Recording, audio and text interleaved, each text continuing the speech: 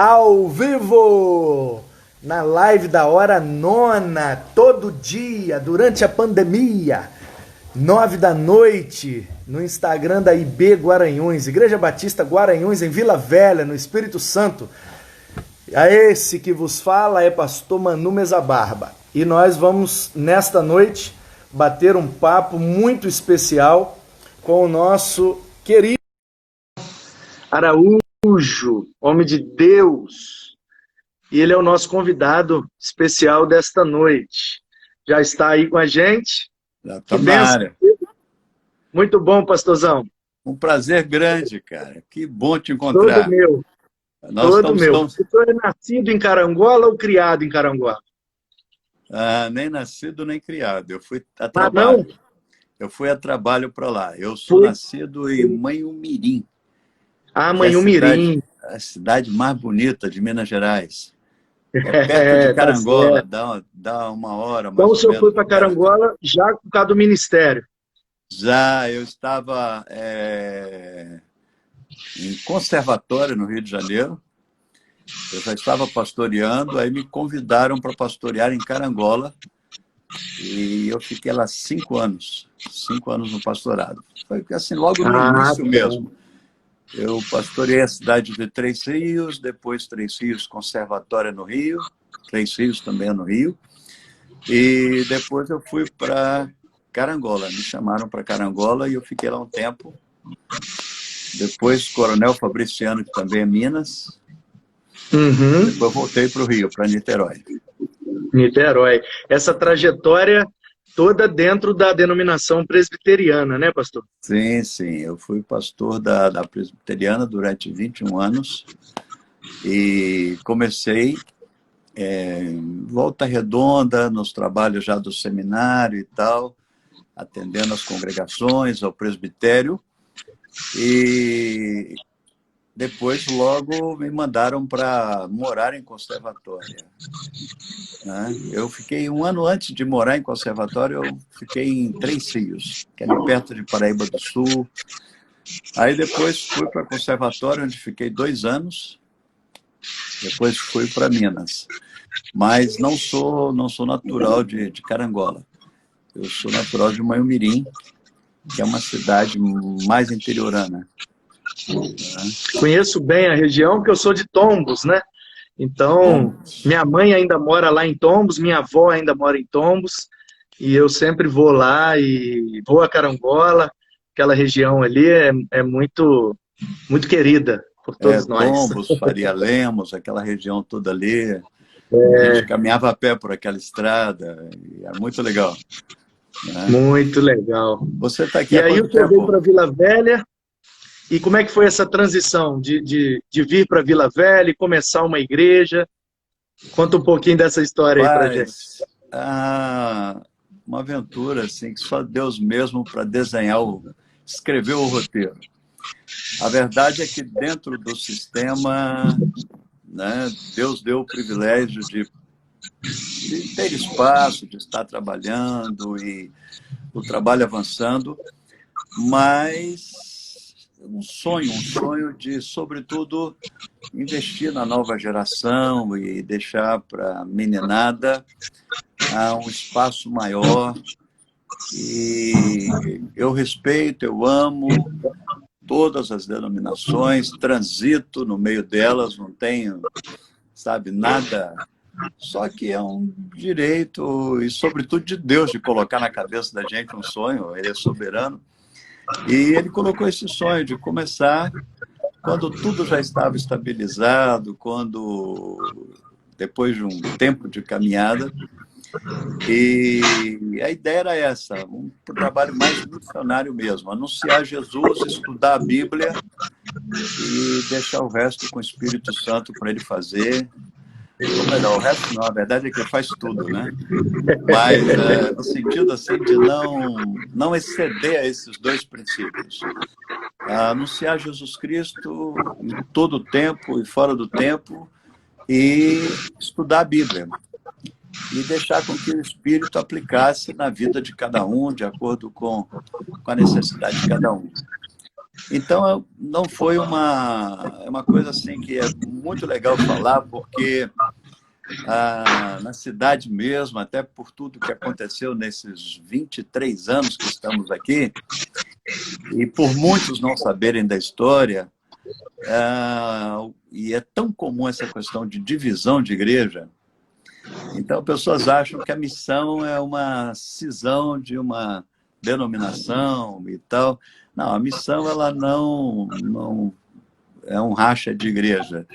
Eu não morava nem aqui, quer dizer, então não conhecia pessoas aqui para rachar igrejas aqui, né? Eu vim de Volta Redonda para cá e começamos aqui bem longe, não dava para trazer parte da igreja de lá para cá, até que alguns irmãos aventuraram, aqueles irmãos assim queridos mesmo, eles até frequentaram, alguns vinham uma vez por mês e tal, mas é difícil vir de Niterói para cá, né?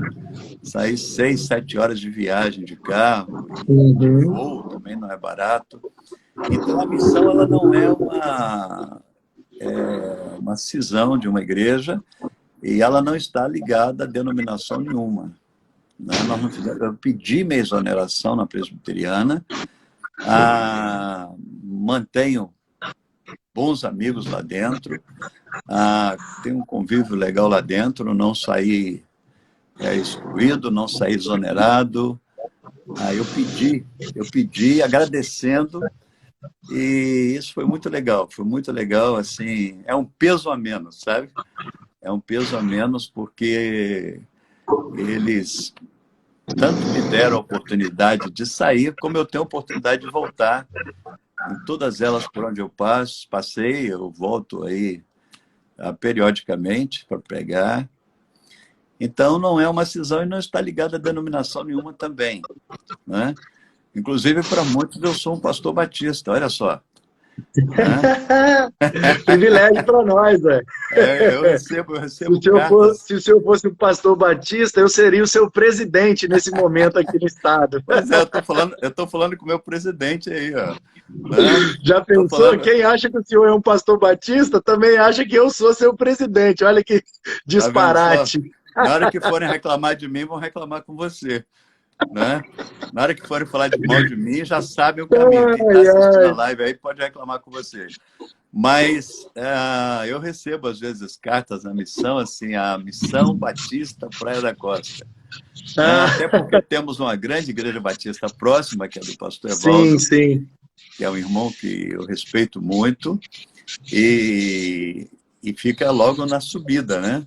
Então, tem pessoas que acham que a missão está conectada, mas é legal. É um privilégio para nós. Mas e aí, qual foi o ano, então? Foi o ano 98, por aí, né? Que começou? Final de 96, nós mudamos para cá. E em 97, nós temos o dia 19 de janeiro de 97 como dia oficial do nosso primeiro culto, assim mesmo. Já organizado, CNPJ, tudo, mas é uma comunidade independente. E cujo os princípios são esses.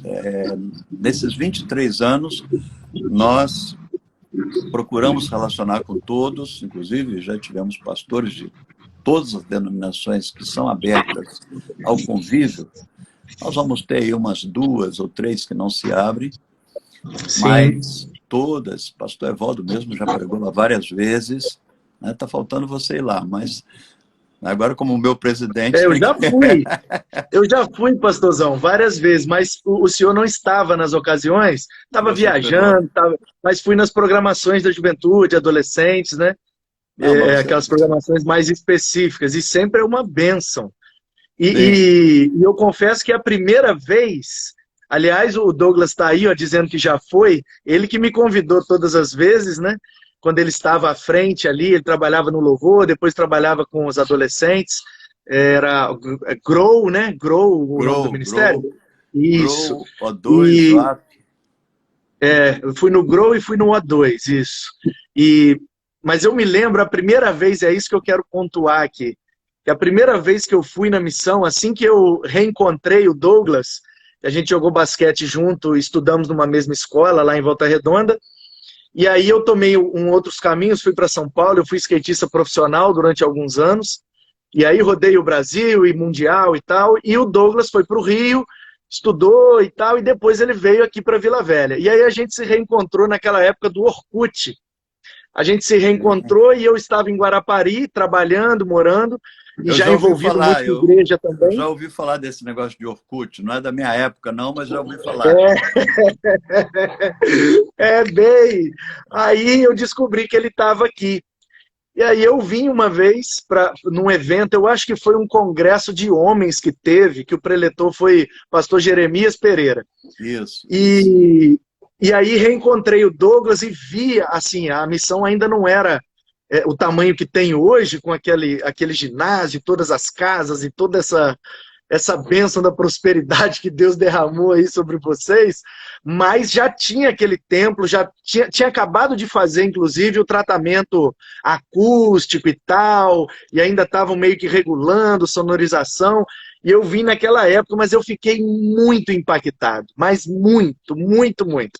Porque eu fui criado assim, Igreja Batista Central de Volta Redonda, aquela coisa, Sim. né, piano, órgão e tal. Aí fui Estudei para no São Colégio Paulo. Batista lá. Pois é, Estudei no então, Colégio Batista em eu Volta Redonda. fui batizado ali naquela igreja. E Ali aí, do pastorzão, lado do colégio. Do isso, lado do do lado, colégio. central de Volta Redonda. Eu E aí, estudei de ali. repente, eu venho para Minhaípe, aí a Igreja Batista em Minhaípe, a primeira Igreja Batista de Guarapari, tudo mais ou menos no mesmo formato, mesmo modelo, mesma estrutura. De repente eu entro na missão, vejo aquele negócio enorme, com tratamento acústico, com sonorização, com aquela iluminação de LED. Eu sentei numa cadeira assim, que ainda era cadeirinha, né, de plástico. Eu sentei numa cadeira, fiquei uns 10 minutos elaborando o que era aquilo ali, pastor. Era um negócio estratosférico para mim. Como é que foi isso? Essa visão, essa pegada, esse andar na frente? O senhor saiu na frente em muitos quesitos. E como é que é isso? Explica pra gente.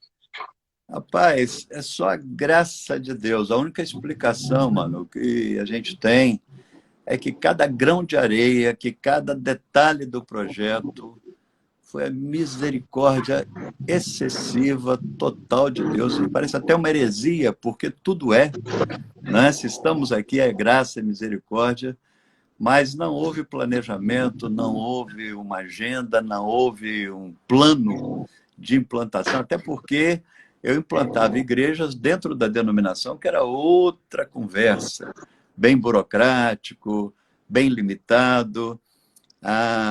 Então, implantava congregações. Mas implantar uma igreja do zero, nós começamos ali do lado do restaurante Atlântica, onde é uma churrascaria, ali, logo colado com o restaurante Atlântica. Foi o primeiro local fixo que nós alugamos. E na minha cabeça também, como, né, você contou da sua caminhada, eu imaginava 40 pessoas, 50, depois de uns 3 anos, e eu imaginava assim, bom, vamos reunir, vamos anunciar Jesus e esteja, né, para a glória dele, mas eu jamais tinha ideia de onde chegaria. Sério mesmo? Não, Sinceramente, pastor, não tem, sinceramente. não tem um O senhor não planejamento. achou que fosse dar o senhor não viu isso lá de Não, trás? não, não, eu não tive essa revelação do plano Rapaz, inteiro, como impressionante. sempre. Como sempre, Deus não dá os passos todos, Deus dá um passo de cada vez. Então, começamos ali embaixo tivemos alguns problemas, porque alguns moradores, né, não todos, da Praia da Costa, até por ser uma cidade provinciana e ainda de coronéis, sem patentes, mas alguns disseram que ali não seria possível implantar uma igreja. A Igreja Batista existia, mas não queriam mais nenhuma igreja. Quase as igrejas estavam da praça do centro para os bairros, mas do centro para a praia, então não era comum. Ainda mais uma comunidade que nem nome a gente tinha. Você diz, bom, mas você já veio com o nome pronto, já veio com... Não, nós sabíamos só duas coisas, que era para anunciar Jesus e que era para estudar a Bíblia. Só isso que nós sabíamos. E, de repente, Deus colocou 3 objetivos assim bem claros. quando começou a aparecer as primeiras pessoas? Primeiro, investir na nova geração e dar um espaço para eles que muitas vezes não tem, né, dentro de um sistema, e até porque, eu digo isso com pesar, muitas vezes, não generalizando, né, crianças e adolescentes não dão retorno financeiro. Então, nosso plano era alcançar essa turma. E esse foi um dos objetivos. O outro que veio à mente como alvo, meta, é trabalhar realmente com a justiça social sem assumir nenhuma postura política. A missão ela é politizada, é a única proibição que nós temos de forma legal na missão é postagens em grupos da missão ou assumir candidaturas, assim, como igreja. Cada um tem o seu direito democrático, mas a justiça social é feita num compromisso com Jesus, e não com partido político ou com verbas públicas. Nós não aceitamos realmente nada público, assim, a nível de governo, Estado, cidade, quer dizer. E o terceiro objetivo é o combate ao religiosismo. Até porque eu trabalhei muito tempo dando aula de apologética, de seitas, e você vai descobrindo que muito do que se exige não tem nada a ver com a Bíblia. Tem a ver com gostos particulares, com paranoias, com crises existenciais de quem inventou aqueles princípios, de situações mal resolvidas. Não estou generalizando, mas quando antigamente os filhos perguntavam aos pais: pai, mas por que não? Né? Eu não posso, por quê? O pai dizia: por que não? Por que não? Eu estou mandando. Só que essa nova geração, ela quer saber o porquê não.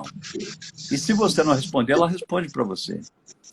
Então, nós resolvemos investir nesse combate ao religiosismo, no sentido assim de mostrar que algumas coisas são opressoras, tem colocado mais gente para fora do que para dentro. É o que Jesus disse aos fariseus, né? Que criam um jugo pesado que nem eles conseguem carregar. Mas, né, não foi romântico. Eu confesso que para chegar a isso, depois de 21 anos, primeiro, eu me senti em pecado, eu me senti um desertor, um apóstata, né? Não é fácil você romper um laço de tanto tempo, até porque até no nome eu carrego o nome do primeiro missionário que veio para o Brasil. Então não é fácil desgrudar disso.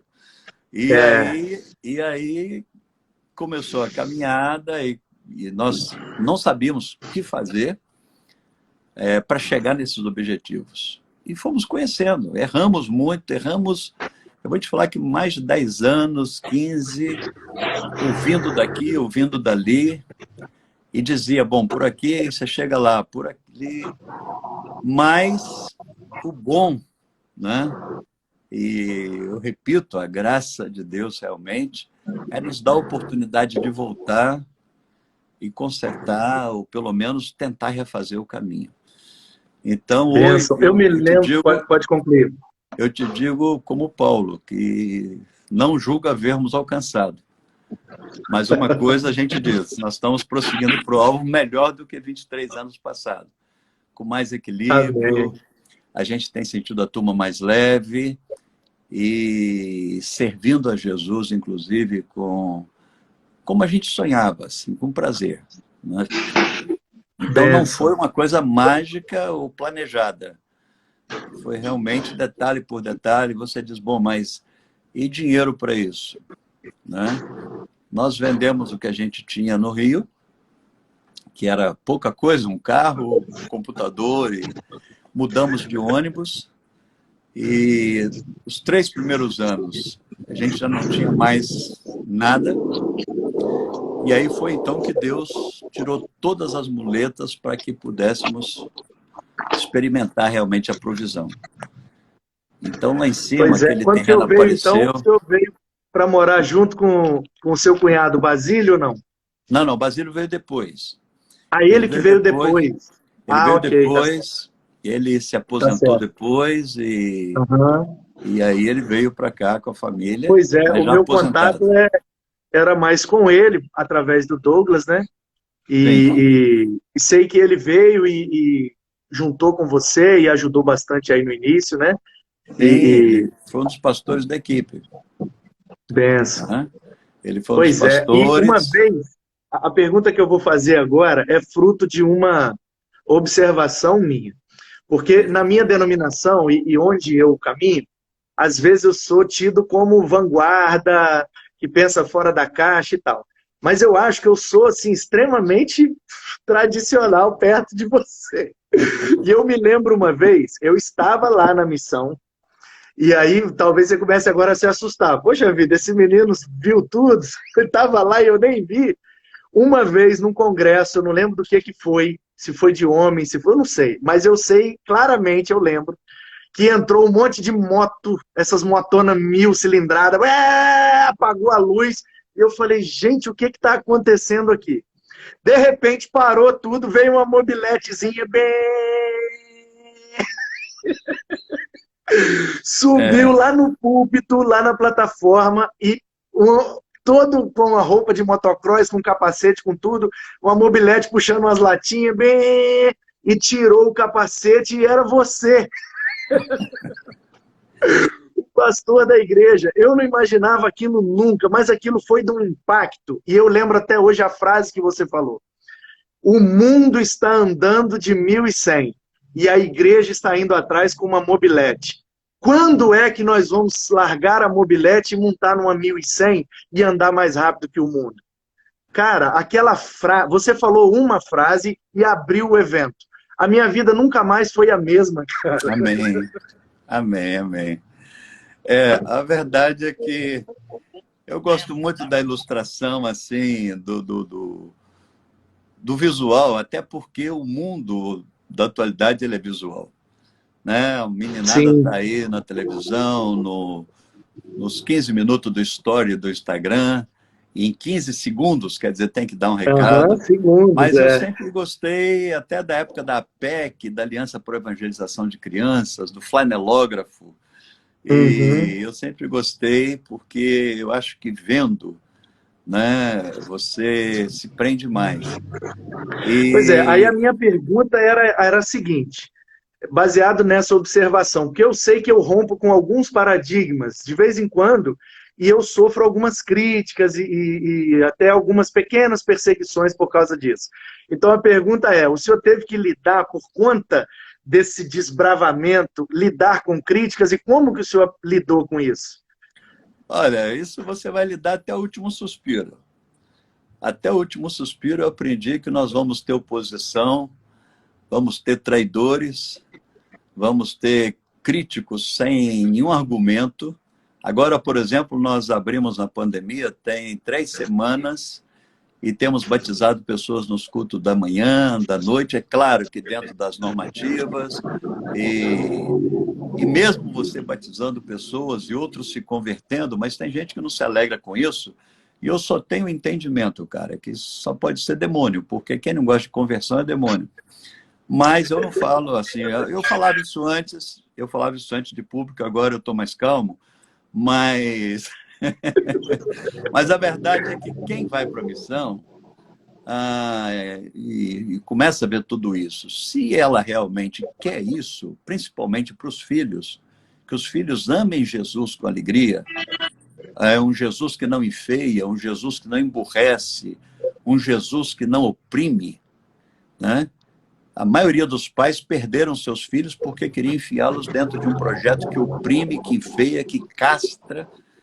Então, a nossa ideia era justamente mostrar que o templo em si mesmo ele não tem valor nenhum. Ele não é sagrado quando vazio. Mas quando está com as pessoas, ele é a casa do Pai. E casa do Pai é o lugar que você tira o chinelo, é aquele lugar que você, né? Eu já tirei as cadeiras ali para tu mandar de skate ali dentro, até para a meninada saber que na casa do pai pode brincar de skate, né? No santuário ali. Mas o santo dos santos é a presença de Deus, na glória de Deus, não é ali o santo dos santos, né? Então, assim, eu respeito toda a reverência que alguns têm com o lugar, eu respeito, mas, assim, eu gostaria de ser respeitado. Como alguns chegam lá e acham que isso realmente é demais, eles mesmos vão embora sozinhos, pela graça de Deus também, né? Não precisa nem de uma discussão, eles mesmos saem e tal, mas já coloquei Baby Consuelo cantando Menino do Rio num culto dominical, né? Eu preguei sobre o Menino do Rio, que é Moisés, e o calor que provoca arrepio, que ele experimentou na sarça ardente, o dragão tatuado no braço, que era a marca das escolas egípcias, e tentei trazer o Caetano para cantar na hora do apelo, porque o Caetano ele estava meio emburrado, porque os filhos se converteram numa igreja que ele não achou legal. E eles achavam que ele precisava de conhecer uma visão diferente de igreja, que não explorasse financeiramente, que falasse uma linguagem. Mas eu já estava com essa mensagem, Deus já tinha me mostrado que a música não era dele, a música era de Deus, estava lá em Êxodo a música, Menino do Rio, calor que provoca arrepio, já estava em Êxodo, né? Aí ele não pôde vir. Sensacional, cara. Houve um problema na hora, no dia, e a Baby veio, que é a melhor intérprete da música, e sem ninguém saber, na hora do apelo, sem ninguém saber que ela estava no auditório, na hora do apelo, alguém dedilhou a música lá na frente, ela saiu do auditório com o microfone já cantando, e a mãe dela, que odiava o evangelho, não frequentava a igreja evangélica, ela tinha uma birra, né, por causa da conversão da filha, das netas, a mãe pela primeira vez entrou numa igreja, porque a mãe estava com ela na Bahia. E quando a Baby subiu no palco, né, eu tenho dificuldade de chamar de púlpito, assim, porque é uma palavra que poucos conhecem. E até parece que dá uma certa opressão, né? Com todo respeito. Mas quando a Baby púlpito subiu... ainda é mais ou menos. O pior é quando chama de altar, né? Altar. Altar, né? aí já arrebenta tudo. Né? Não, e o pior é que chama de altar e chama você de vaso. Aí fica um negócio assim, um vaso no altar. Eu chamo de plataforma, né? O plataforma, o púlpito, pelo menos, dá uma amenizada. Mas quando ela viu que... Mas e aí? Quando ela subiu e virou para o auditório, e ela viu que uma das primeiras na fila do apelo para entregar a vida a Jesus era a mãe dela, e ela começou a cantar Menino do Rio, língua estranha. Língua estranha, coisa que eu nunca vi, nunca imaginei. Eu nunca fui pentecostal, assim, neopentecostal, né? E a missão é aberta para todos. A missão ela é aberta para os neopentecostais, para os tradicionais, desde que aprendam a conviver bem e respeitar. Ninguém impõe nada. Quem é tradicional e não bate palma, não bata. Mas quem quer bater palma, bate. Quem quer gritar, grita. Quem não quer, não grita. Agora, a partir do momento que a pessoa quer impor, eu já aconselho ela a procurar uma igreja que seja do jeitinho dela, né? Ou ela vem reclamar, pastor, tinha uma pessoa perto de mim falando em línguas.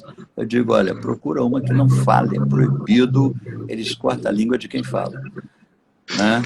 Pastor, tinha uma pessoa perto de mim que não bateu palma. Então, procura uma igreja que todo mundo bate palma na mesma hora. A missão não é uniforme, ela não tem uma constituição, né? E só tem na missão, só tem na Praia da Costa mesmo, então nós não criamos uma denominação. Fomos até tentados, assim, pela procura. Eu lembro que eu, por estar em Meaípe, tinha um bom relacionamento com as cidades ali do sul litoral. Então eu lembro que em Anchieta, o pastor Ângelo, né, começaram lá com Francisco, se eu não me engano, começou lá, depois da ponte, com o pastor Ângelo, depois comprou o terreno do lado de cá, preguei muito lá, participei de muito evento lá com eles, e aí, mas ainda continua a missão lá. Lembro de uma não sei se foi Afonso Cláudio, que começou também e tal, mas... Nós abrimos em Muniz Freire, abrimos em Marataízes, em Muquixaba, Perocão, Conceição da Barra, Isso, o Jacareí. Perocão também tinha uma, isso. E a verdade é que chegou uma hora que, assim, Deus não estava dando paz nessa questão de... Eu não tenho esse dom. A verdade é que eu não tenho esse dom de ser Uhum. um líder de uma denominação. Eu não tenho esse chamado. Eu fui chamado para ser evangelista, para ser pastor local. E aí, então, reuni todos eles e dei autonomia, patrimônio, tudo que já tinha conquistado em cada lugar, Uhum. som, cadeira, onde tinha propriedade, né? Ficaram com a propriedade. E o nome missão, ele é um nome público. Então, existe Missões Batista, Missão Assembleana, então existe, não tem como eu tirar o nome missão. Mas Missão Praia da Costa é só na Praia da Costa, quer dizer, não tem como ter Missão Praia da Costa no Uruguai. Quer dizer, é uma coisa que, assim, o pessoal às vezes fala, eu fui numa missão, tal, mas achei meio diferente, tal, mas a missão realmente é só ali, é só esse endereço, né? E Pois é, e os agora eu outros... vi que mudou o logotipo e está escrito Missão em Família. Qual é a ideia dessa mudança que eu vi que foi recente agora, né? Foi porque como alguns continuaram usando o nome, e a logomarca, inclusive, que eu tinha pedido para tirar, e Deus deu essa visão aí à turma da publicidade para que eles fizessem uma nova logomarca para poder mostrar realmente que não é a mesma coisa. E é uma logomarca assim, com um conceito mais moderno, Eu né? vi, e bem legal, e é o M que forma uma casa e ao mesmo tempo forma uma igreja, e a ideia de E, ao abrigo e mesmo, tal, bem legal, bem e ao legal. mesmo tempo são duas pessoas dando as mãos. Isso, exato. Então, foi assim, uma mudança necessária diante do conceito, né? E, ao mesmo tempo, para não gerar essa confusão, porque eu não quero realmente estar Entendi, entendi. em demanda E com quem está usando a marca. aproveitando esse gancho desse assunto, é claro que eu não quero entrar em detalhes, nada, só uma questão mesmo genérica e generalizada. Eu tenho muito pouco tempo de ministério, pastor. Sei que a careca engana, mas eu ainda estou na casa dos 30 e tenho 6 anos de ministério. E tenho de verdade ministério assim, à frente de igreja, completei 5 agora em maio, que aqui em Guaranhuns, na Igreja Batista, é meu primeiro ministério, de fato, né? Então, assim, mas mesmo sendo pouco tempo, eu já ajudei tanta gente, já promovi tanta gente ao ministério, e em alguns casos eu senti que foram desleais, foram ingratos, sabe? Não souberam reconhecer, nem valorizar, e muito menos produzir algo em contrapartida do investimento que foi feito. Aí eu fico imaginando, se eu com 6 anos, 5 anos de fato, já vivi isso, imagina o senhor, principalmente pela proporção e pelo tamanho que a missão tomou. O senhor teve muito isso e como que o senhor aprendeu a lidar com essas questões? O meu tutor e pai na fé, e está vivo até hoje, mas ele dizia logo no início, e dando aulas, inclusive, ele dizia, no dia que você não tremer, quando for abrir a palavra, e no dia que qualquer adversidade não te incomodar, você entrega o ministério porque você já perdeu a sensibilidade. Então, na hora que você acostumar com a tragédia, você acostumar com o púlpito, você pode entregar, porque se você não suar frio mais, se você não temer subir ali, você pode entregar porque virou um programa mecânico. Então, a verdade é que eu te digo, quando me perguntam qual é a maior tristeza, o maior horror na caminhada ministerial nesse tempo, para mim, eu te digo que também à luz da Bíblia, não tem mais forte do que a ingratidão. A ingratidão, quando você ama, investe, você dá vida. Eu não estou aqui a trabalho, no sentido enviado por uma denominação, o que nós passamos nesse tempo todo e até hoje, né? A missão agora nessa pandemia não parou, seus ministérios sociais, seus projetos, e muitas vezes você pega a pessoa na lata de lixo, seja literalmente ou seja existencialmente. E depois ela melhora, ela apruma, ela arruma emprego, ela casa, ela começa a se dar bem na vida, e aí não tem assim a educação, não precisa de religião não, mas a educação de te dizer, olha, obrigado, estou indo, não precisa dizer obrigado também não, mas estou indo, até porque nós pastores, nós dormimos com as ovelhas na cabeça e contando as ovelhinhas. E você, de repente, lembra de uma que está sumida. E aí você liga e ela disse, não, eu fui para lugar tal. Olha, não tem problema, sabe? Não existe maldição, nós não estamos proibindo ninguém de ir. O problema, sim, é que dói. E aí, quando eu digo que eu me confortei nesse sentimento horrível, me confortei num certo sentido, né? Quando eu vi Davi, o homem segundo o coração de Deus, que resolveu matar todos os homens da casa de Nabal e Nabal por causa da ingratidão.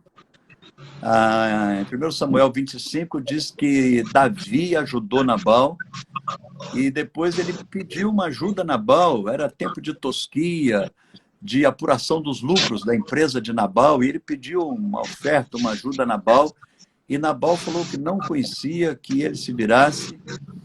E está lá em 1 Samuel 25 que Davi ficou tão aborrecido com a ingratidão que ele disse que mataria Nabal e todos os homens da casa de Nabal. E saiu para fazer isso. Então, assim, a ingratidão chegou a ofender o homem segundo o coração de Deus, né? É claro que Abigail entrou na frente, e Abigail desfez o plano de Davi com muita sabedoria, usada por Deus, mas até Davi sofreu, né? E o próprio Jesus, para mim, é um exemplo disso. Eu digo na igreja, pastor Manu, e para mim, a coroa de espinhos foi fácil Jesus suportar. Os pregos também não foi tão difícil. Os cravos na mão. O cuspe também não. Para mim, o que foi mais difícil Jesus suportar foi o beijo de Judas. Sabe? Para mim, não tem nada que doeu mais no mestre. Tanto é que ele diz, amigo, eu sei porque você está aqui, mas fala para mim.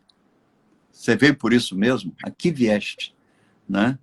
Então, assim, não há para mim dor maior do que a dor do beijo de Judas, sabe? Foi horrível aquilo ali. E para nós Realmente também. é uma sensação terrível mesmo, quando você faz de tudo por uma pessoa, a pessoa não reconhece, enfim, e ainda te prejudica, né? Porque se sair na neutralidade, não fez nem bem nem fez mal, ainda vai, a gente sente, mas não é tanto. Mas quando a coisa reverte e todo o bem que você fez volta para você em forma de mal, é uma dor, é uma angústia. Eu tenho um temperamento mais colérico, assim, mais explosivo. Se eu não me policiar, eu faço uma besteira. Ah, eu sou sanguíneo, cara, mas eu tô assim, tendo a graça de Deus de viver isso assim, com Tem dor, gente que dá vontade de botar no colo, pegar o chinelo e dar umas boas lambadas para né? aprender a ser homem. Precisa nem ser Ou, crente, não, só ser homem, né? né? Mas a verdade é que a gente acaba por um momento, né? Como Deus, a ira dele dura por um momento, a nossa também deve durar por um É momento, a de Davi verdade. durou por um momento, a de Davi Verdade. durou por um tempo, mas depois passa e nós amamos do mesmo jeito. Eu tenho na missão Uhum. centenas de pessoas que saíram e voltaram e são amadas, têm o mesmo espaço, não há nenhum tipo E eu, tem inclusive, uma coisa.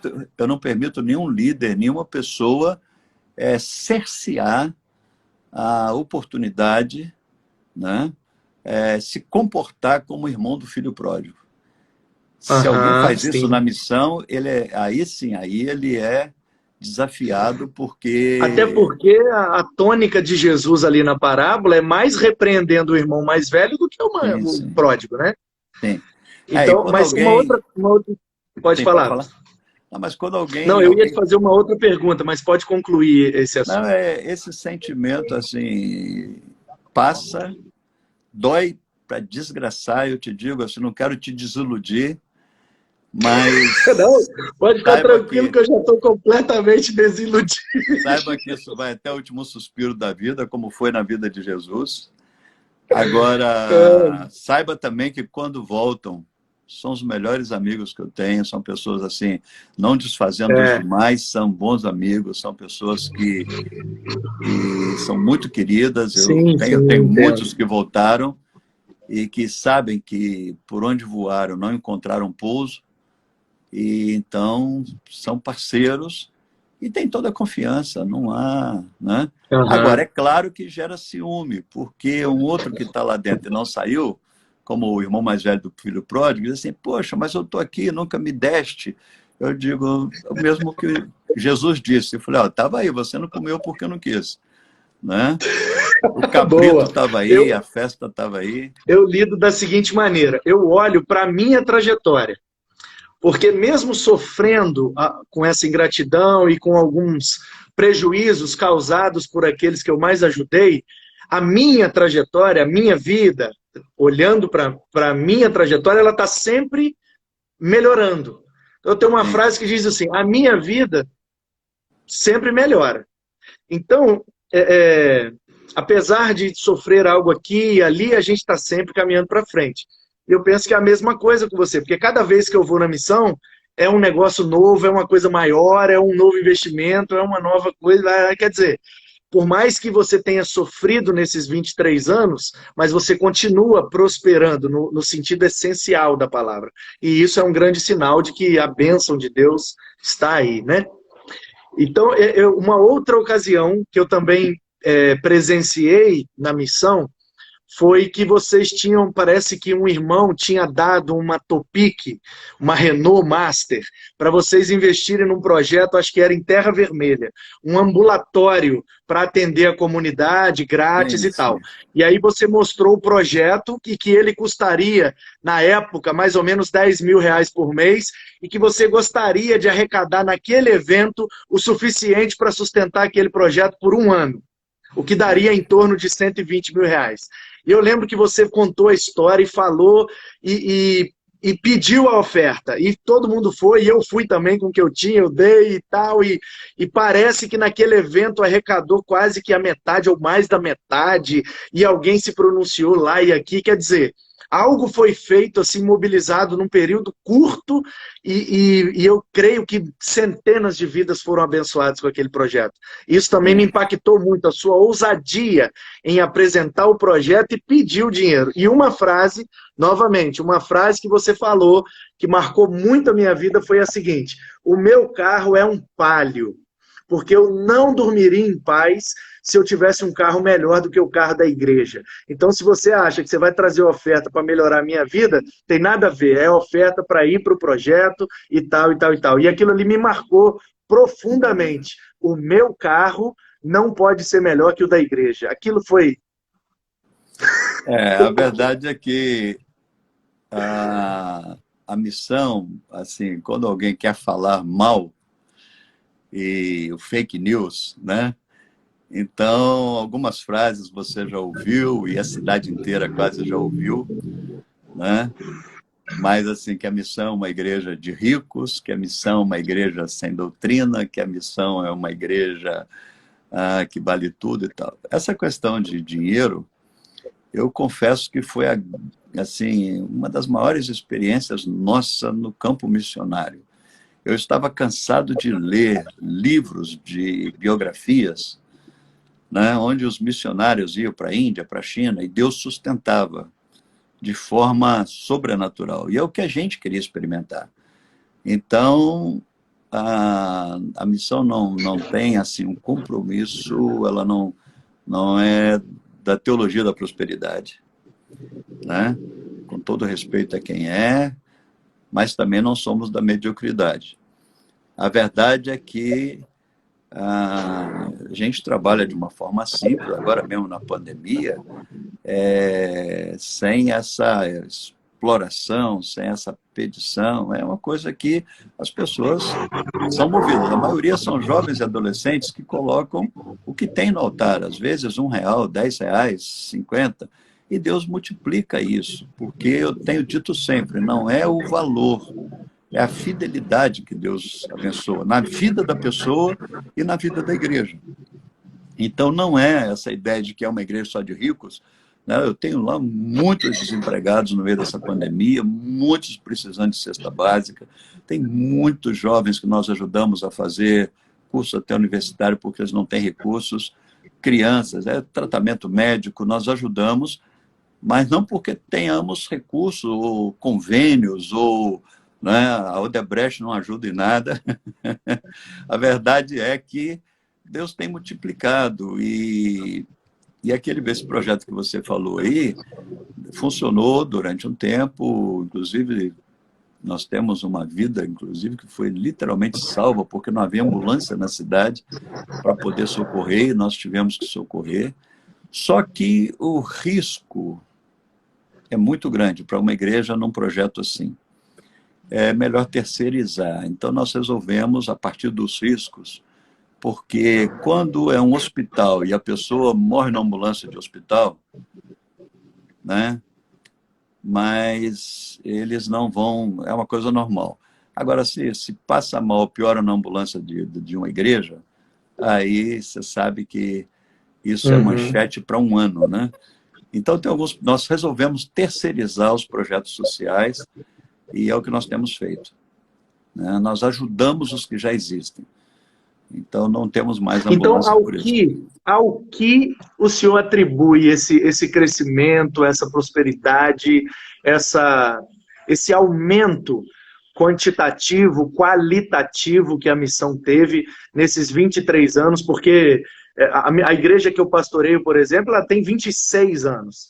É 3 anos mais velha que a missão, e a gente talvez não tenha 1% do patrimônio, do crescimento, da relevância, da abrangência. Então, ao que o senhor atribui, além, claro, da graça de Deus, da bênção de Deus, etc., mas em termos humanos, ao que o senhor atribui? Eu aprendi... Bom, você está falando da área financeira. Não, de todas as áreas, de recursos humanos, de liderança e etc. Vamos começar, então, pelos recursos humanos, pelo trabalho do pessoal, né? Uma coisa que a gente já sabia é que quando a pessoa se sente útil, ela tem prazer. Então, voluntariado é, assim, uma grande ação da missão, é abrir porta para que cada um sirva com o que sabe fazer. Nós não temos cargos, nós temos cargas. Nós não temos títulos, ninguém é eleito, ninguém tem uma estrela de xerife. E eu mesmo, como pastor, muitas vezes eu peço que não me chamem de pastor, assim, para não dar aquela ideia de que eu sou o cara, né?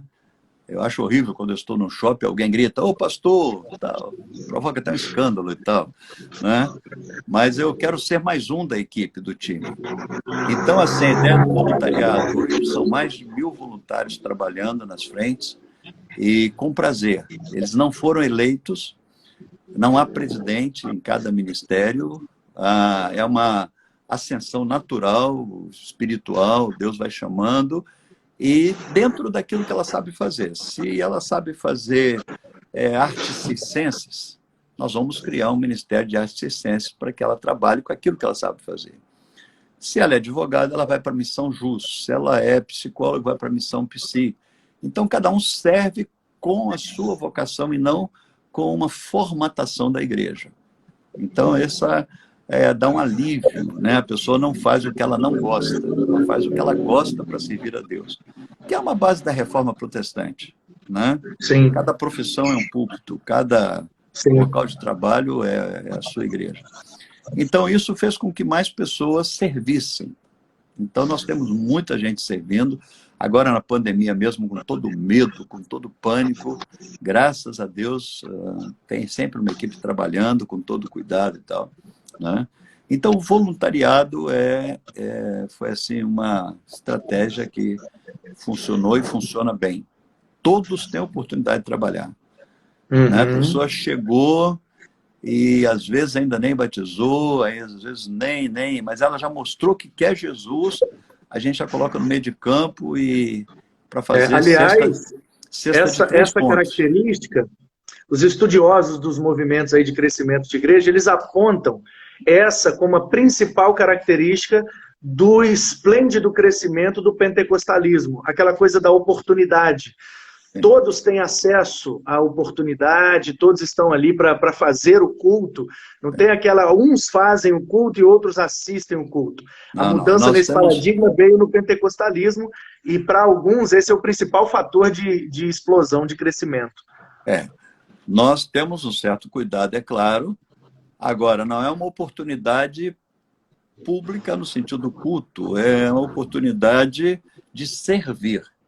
Então, nós temos advogados, médicos e pessoas de todas as categorias, profissões e tal, servindo no estacionamento, eles servem com prazer. Eles dizem, aonde eu posso ser útil? Né? Quer servir no estacionamento, vai servir com crianças, vai servir... Né? Então, todos têm a oportunidade de servir.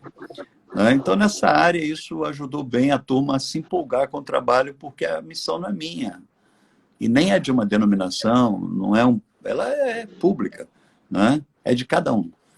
No aspecto financeiro, eu aprendi uma coisa que eu não tinha aprendido dentro da denominação, assim, com todo respeito. Se ensinaram, eu faltei a aula, ou eu não dei valor, né? Não vou culpá-los por isso, mas eu aprendi com um grupo de irmãos sobre a questão da generosidade. Que quanto mais a igreja divide, distribui, mais ela tem para poder se manter.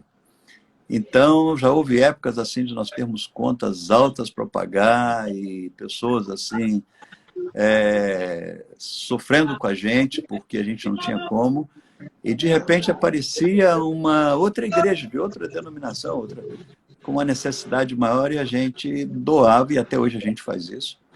Né? Nós não ajudamos só pessoas da missão, nós construímos uma igreja, uma escola no Maranhão, que né, nem sabíamos de que religião era, mas foi um desafio, como lá na Boate Kiss, quando houve incêndio, construímos lá, investimos para a implantação de uma igreja lá para jovens, que é uma cidade universitária.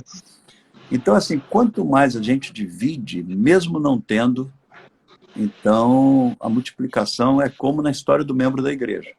O problema é que eu tinha aprendido que o membro é que deveria dividir, né? Ser generoso. E na missão eu aprendi que a igreja generosa, ela também não tem falta, e tem sido assim até agora. A gente passa aperto, tem hora que uma bela lição. Eu também estive num evento cujo o Mário Freitas, né, da Mais, isso, tá aí. Tinha acabado de acontecer a questão lá no Haiti. Acho que tinha acontecido de manhã e o evento era tarde e noite, alguma coisa assim. Acho que foi um café com Russell Shedd, se eu não me engano. E ele, na hora, assim, olha, a gente precisa fazer alguma coisa pelo Haiti e tal, e vamos aqui arrecadar uma oferta, porque uma equipe da missão vai para lá e tal. Então, um negócio tão instantâneo que me assustou, porque na minha denominação tem que ter uma proposta, tem que levar para uma reunião, aí tem que ser aprovado num plenário, aí quando sair a verba já acabou o problema. Aí outra coisa que eu aprendi também, assim, tem me valido muito nesse tempo todo, é que é melhor tentar e errar do que não ter tentado, sabe? Eu aprendi com um pastor num livro, Pensamento da Possibilidade, Conduz ao Êxito, Robert Schuller. Ele dizia, é melhor você tentar 100 frentes de trabalho e acertar numa, do que você tentar uma só e errar. Então é melhor você investir em 100 frentes de trabalho e se decepcionar com 99 e ficar com uma, do que você investir apenas em uma e ela não dar certo e você ficar sem nenhuma. Então, Legal, legal. o Haiti foi, até hoje funciona lá, o trabalho, Ah, já é? teve Que assim, legal. já teve grande progresso o trabalho no Haiti. Hoje nós estamos nos 5 continentes, com missionários espalhados nos 5 Eu lembro que continentes. vocês apoiaram muito a mais, abriram uma escola de missões, inclusive eu fui um dos professores lá, Sim. né, antes deles irem lá para o Paraná e tal, e sempre muito atuantes, muito relevantes, isso Nós é impressionante. continuamos com a Mais, e agora o Mário está em outra frente de trabalho, também missionária. Uhum. Ele está aqui esses dias, mas está morando nos Estados Unidos, e um grande projeto que é a Voz dos Mártires, e nós estamos juntos também.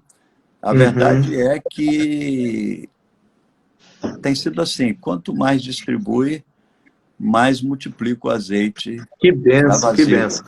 Então, quanto mais a Pastorzão, gente segurava, era pior. aham, Né?